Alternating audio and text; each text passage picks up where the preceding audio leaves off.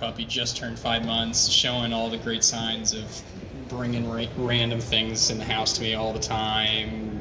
Introduced him to pheasant wings. He goes absolutely bonkers over them.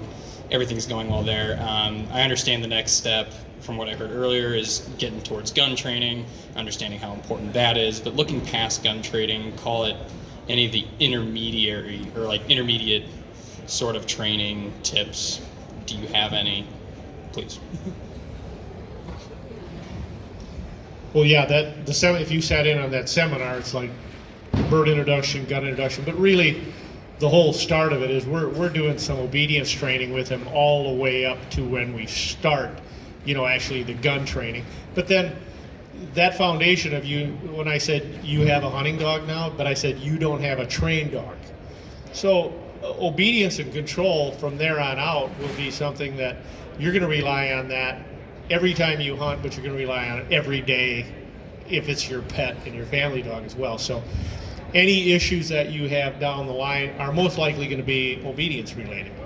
So that never ends as well. I mean, you may be able to get your dog through all of the training, but it never ends where you're going to say, I always want you to come when called, I always want you to sit. So that's a lifetime thing.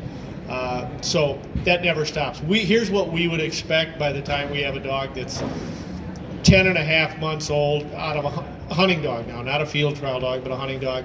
Know all of its on-leash obedience, off-leash as well.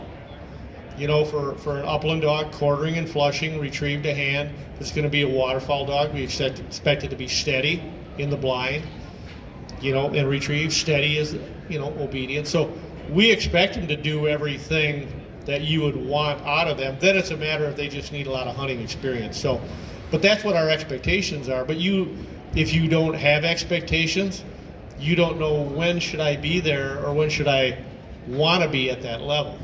So you might go, well, is that 3 years old? And we say, no, it's about 10 months old if you have a good, a dog that has a good focus.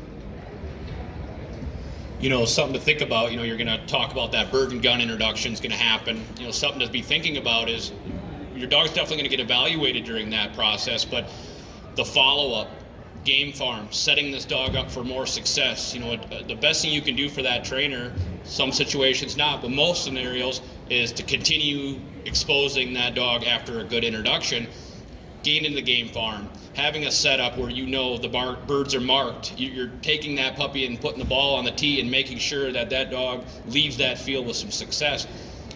When a dog comes back to that next intermediate program, if you said, hey, I did no obedience, but I shot a bunch of birds and I've been working on retrieving, those are in areas that if a dog comes back, we kind of say they're behind her a little bit already, right? So you can't take a dog out in a couple of days and shoot him 50 birds and catch him up. So that's one big conversation we have after the introduction course. So be thinking about setting yourself up to, okay, I'm going to do this. I need to get out. The trainer said, keep shooting birds, keep the dog on birds, working with that check cord in the yard at home. And that's going to really help that trainer be able to give you what you want quicker and have that dog a little more prepared for training.